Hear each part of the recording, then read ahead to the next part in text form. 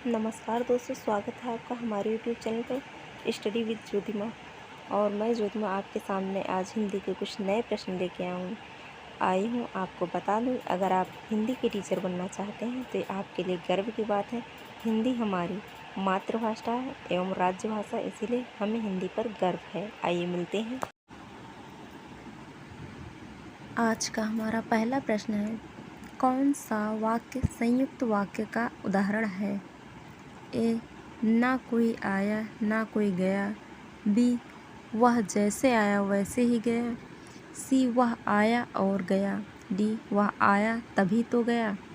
तो इसका सही ऑप्शन हमारा सी, वह आया और गया, क्योंकि आप सभी लोग जान रहे हैं इसमें जोड़ने वाला शब्द और जुड़ा हुआ है, तो इसीलिए इसमें संयुक्त वाक्य हो जाएगा। अगला प्रश्न हमारा है, निम्नलिखित विकल्पों में से शुद्ध वाक्य चुनिए। ए, मैंने 3 कुर्सियाँ खरीदी। बी, मेरे भाई के शादी के लिए अनेक प्रस्ताव आए। सी, दादी का प्राण निकल गया। या डी, 4 आदमी के लिए खाना बना दो। तो इसको आप पढ़ के ही देख सकते हैं, इसमें सिर्फ पहला ऑप्शन नंबर ए ही सही लग रहा है। मैंने 3 कुर्सियाँ खरीदी, यही शुद्ध वाक्य है। नेक्स्ट हमारा, आप निसंकोच चले जाओ। इस वाक्य की त्रुटि सुधारने के लिए निम्न में से सही वाक्य छांटें। ए, तुम निसंकोच चले जाइए। बी, आप निसंकोच चला जाओ। सी, आप निसंकोच चले जाइए। या डी, आप निसंकोच चले जाइएगा। तो इसका ऑप्शन नंबर हमारा सी सही हो जाएगा, आप निसंकोच चले जाइए। नेक्स्ट है, सहृदय की अवधारणा किस संप्रदाय से संबद्ध है? ए, ध्वनि। बी, अलंकार। सी, रस। डी, वक्रोक्ति। तो इसका ऑप्शन नंबर हमारा सी सही हो जाएगा, रस। सहृदय की अवधारणा रस से संबंध है। नेक्स्ट हमारा है, करुण रस का स्थायी भाव क्या है? ए, उत्साह। बी, शोक। सी, रति। या डी, हास्य। तो इसका सही हमारा ऑप्शन हो जाएगा, करुण रस का स्थायी भाव शोक है।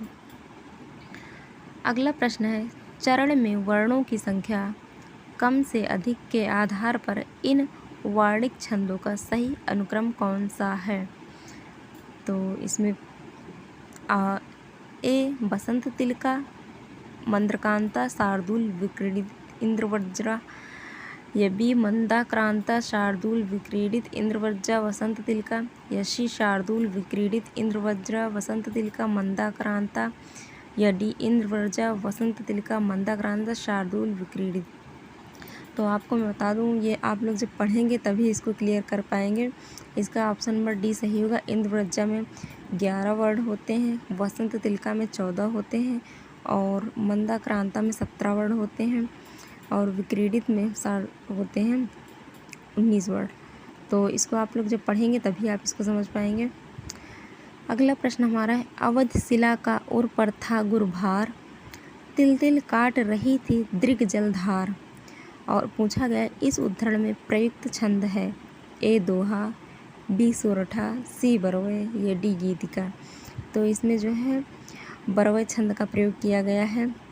और आपको मैं यहाँ पे बता दूँ कि बरवय छंद में जो पहला और तीसरा में 12-12 और सम चरणों यानी दूसरे और चौथे में 7-7 मात्राएं होती हैं। फ्रेंड्स, यहाँ पे मैं बता दूँ कि मैं जल्द ही आप लोगों को दोहा में मात्रा गिनने और मात्राएं कैसे लगाई जाती हैं, लघु और गुरु क्या होता है, ये सब डिस्कस कराने वाली हूँ। अगला प्रश्न हमारा है, भाषा में शब्द और अर्थ की दृष्टि से सौंदर्य उत्पन्न करते हैं? ए, रस। बी, अलंकार। सी, गुण। डी, छंद। तो इसमें अर्थ की दृष्टि से सौंदर्य अलंकार उत्पन्न करते हैं, ऑप्शन नंबर बी सही हो जाएगा। आप जानते हैं अलंकार 3 प्रकार के होते हैं, शब्दालंकार, अर्थालंकार और उभयालंकार। नेक्स्ट हमारा है, इनमें से कौन सा अर्थालंकार का भेद नहीं है? ए, उपमा। बी, अतिशयोक्ति। सी, रूपक। या डी, यमक। तो मैं बता दी, इसमें ऑप्शन नंबर इसका डी सही हो जाएगा, यमक। यमक अलंकार अर्थालंकार का भेद नहीं है, बल्कि यह शब्दालंकार का भेद है। अगला प्रश्न हमारा, व्यापार में ज़्यादा धन लगाने की सीख न मानकर राजन ने अपने पैरों पर आप ही कुल्हाड़ी मार ली। तो पूछ रहे हैं, अंडरलाइन वर्ड जो है, लाइन जो है, अपने पैरों पर आप ही कुल्हाड़ी मार ली। तो ये एक हिसाब से मुहावरा जैसा हुआ। तो पूछ रहे हैं इसका अर्थ क्या, इसका मतलब क्या है। ए कष्ट सहना, बी अपना नुकसान खुद करना, सी बीमारी बुलाना, या डी काम करते नुकसान होना। तो इसका ऑप्शन नंबर बी सही हो जाएगा हमारा, अपने पैरों पर आप ही कुल्हाड़ी मार लेना, यानी अपना नुकसान खुद कर लेना। नेक्स्ट हमारा है आँख न दीदा काढ़े कसीदा लोकोक्ति का अर्थ क्या है। ए बहुत निपुण बनना, बी साधन ना होने पर भी काम कर लेना, सी सर्वथा अयोग्य, या डी योग्यता ना रहने पर भी किसी काम की सेखी भरना। तो इसका ऑप्शन नंबर हमारा यही डी सही हो जाएगा, योग्यता ना रहने पर भी काम करने की सेखी भरना। हमारा अगला प्रश्न है हिंदी भाषा का प्रथम प्रमाणिक ग्रंथ कौन सा है। ए सतसई, बी रामलला नहचु, या सी पृथ्वीराज रासो, या डी आल्हा उदल। तो यहाँ मैं आपको बता दूँ इसका option number C Prithviraj Raso बिल्कुल सही हो जाएगा। यह चंद्रवरदाई द्वारा रचित महाकाव्य है और यह पृथ्वीराज चौहान के जीवन चरित्र पर वर्णित है। नेक्स्ट हमारा है सूरदास के गुरु थे। ए मध्वाचार्य, बी शंकराचार्य, सी वल्लभाचार्य, या डी व्यासाचार्य। तो इसका ऑप्शन नंबर हमारा सी सही हो जाएगा। आई थिंक ये सबको पता भी होगा, वल्लभाचार्य। नेक्स्ट हमारा है हल्दी घाटी के रचनाकार कौन हैं। ए राणा प्रताप, बी हरिऔध, सी श्याम नारायण पांडे, या डी सोहनलाल द्विवेदी। तो इसका ऑप्शन नंबर हमारा सी बिल्कुल सही हो जाएगा, श्याम नारायण पांडे जी हल्दी घाटी के रचनाकार हैं। नेक्स्ट हमारा है मधुशाला किसके द्वारा रचित है। ए महादेवी वर्मा, बी मैथिली शरणगुप्त, सी हरिवंश राय बच्चन, या डी सुमित्रानंद पंत।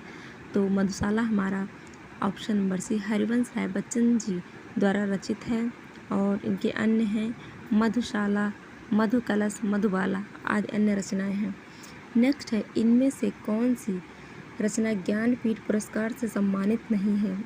ए यामा, बी चिदम्बरा, सी बुनी हुई रस्सी, या डी उर्वशी। तो आपको बता दूँ यहाँ यामा, चिदम्बरा और उर्वशी तीनों ज्ञानपीठ पुरस्कार से सम्मानित है, लेकिन बुनी हुई रस्सी जो हमारी है यह ज्ञानपीठ पुरस्कार से सम्मानित नहीं है। नेक्स्ट हमारा है इनमें से कौन सी सन 1974 में साहित्य अकादमी पुरस्कार प्राप्त शिवमंगल सिंह सुमन की रचना मिट्टी की बारात किस विधा की कृति है। ए नाटक, बी काव्य, सी उपन्यास, या डी कथा। तो इसका ऑप्शन नंबर हमारा बी बिल्कुल सही हो जाएगा, इसका ऑप्शन नंबर बी काव्य है। नेक्स्ट है इनमें से कौन सी रचना प्रसिद्ध कथाकार मन्नू भंडारी की नहीं है। ऑप्शन नंबर ए यही सच है, बी अकेली, सी नई नौकरी, या डी पिंजरे की उड़ान। तो इसका ऑप्शन नंबर हमारा डी सही हो जाएगा। हमारा अगला प्रश्न है जंगल जहाँ शुरू होता है के रचयिता कौन है। ए भीष्म साहनी, बी नरेंद्र कोहली, सी राजेंद्र यादव, या डी संजीव। तो इसका ऑप्शन नंबर हमारा डी बिल्कुल सही हो जाएगा। जंगल जहाँ शुरू होता संजीव जी का उपन्यास है। नेक्स्ट है 55 खंबे लाल दीवारें की लेखिका हैं। ए निरुपमा सेवती, बी मन्नू भंडारी, सी उषा प्रेमदा, या डी कृष्णा शोभती। तो इसका ऑप्शन नंबर हमारा सी उषा प्रेमदा जी बिल्कुल सही हो जाएगा। और आपको बता दें ये मन्नू भंडारी, उषा प्रेमदा और कृष्णा शोभती हिंदी की प्रमुख महिला लेखिकाओं में गिनी जाती हैं। नेक्स्ट है भारतेंद्र हरिश्चंद्र का कौन सा नाटक बांग्ला भाषा से अनुदित है। ए विद्या सुंदर, बी चंद्रावली, सी हिंदी नई चाल में ढली, या डी कवि वचन सुधा। तो इसका ऑप्शन नंबर हमारा ए सही हो जाएगा, विद्या सुंदर। नेक्स्ट है रेशमी टाई एकांकी संग्रह के रचयिता कौन है। तो ए ऑप्शन वेद प्रताप वैदिक, बी राम कुमार वर्मा, सी अमृता प्रीतम, या डी रमाशंकर शर्मा रसाल। तो इसका ऑप्शन नंबर बी सही हो जाएगा, राम कुमार वर्मा। और आपको बता दूं मैं राम कुमार वर्मा की गिनती प्रमुख एकांकीकारों में की जाती है। ज़्यादातर एकांकी संग्रह लिखने वाले यही हमारे हिंदी के कवि हैं। हमारा अगला प्रश्न है, सबसे पहले आत्मकथा हिंदी में किसने लिखी? ए श्याम सुंदर दास, बी महावीर प्रसाद द्विवेदी, सी राधा कृष्णन या डी जवाहरलाल नेहरू। तो सबसे पहले आत्मकथा ऑप्शन नंबर ए श्याम सुंदर दास सही हो जाएगा। इन्होंने सबसे पहले अपनी आत्मकथा लिखी थी। उन्होंने 1941 में रचित मेरी आत्मकहानी उनकी आत्मकथा लिखी। अगला हमारा क्वेश्चन है, अपनी वापसी कहानी संग्रह किसका है? ए मणिक मोहिनी, बी चित्रा मुद्गल, सी सुधा अरोड़ा या डी सूर्यबाला। तो इसका ऑप्शन नंबर हमारा बी चित्रा मुद्गल बिल्कुल सही हो जाएगा। हमारा अगला प्रश्न है, मिर्ज़ा गालिब किस शासक के दरबारी कवि रहे?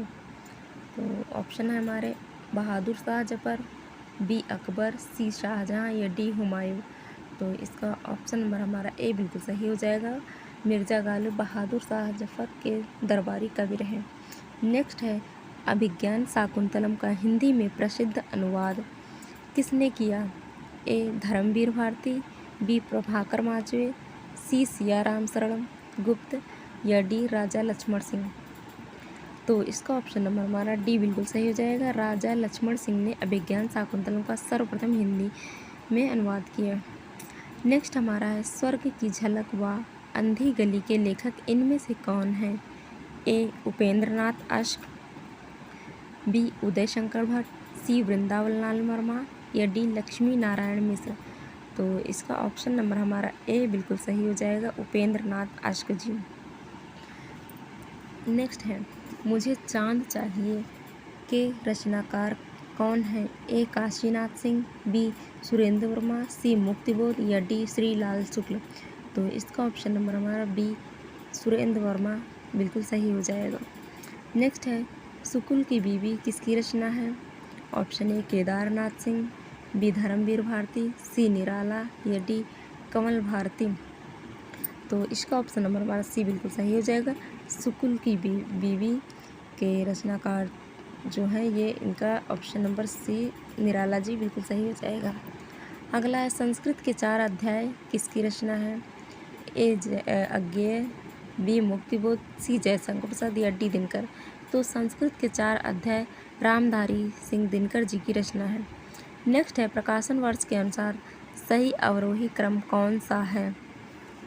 तो इसका ऑप्शन है ए सांध्य गीत नीरजा रश्मि निहार या बी निहार रश्मि नीरजा सांध्य गीत या सी रश्मि नीरजा सांध्य गीत निहार या नीरजा सांध्य गीत निहार रश्मि। तो इसमें मैं आपको बता दूं ये महादेवी वर्मा की रचनाएं हैं और इसका ऑप्शन नंबर ए सही जाएगा। अवरोही क्रम के अनुसार सांध्य गीत, फिर नीरजा, फिर रश्मि, फिर निहार। Thank you. आशा करती हूँ आपको वीडियो पसंद आया हो। अगर वीडियो पसंद आया तो प्लीज़ वीडियो को लाइक कीजिए, चैनल को सब्सक्राइब कीजिए। Thank you.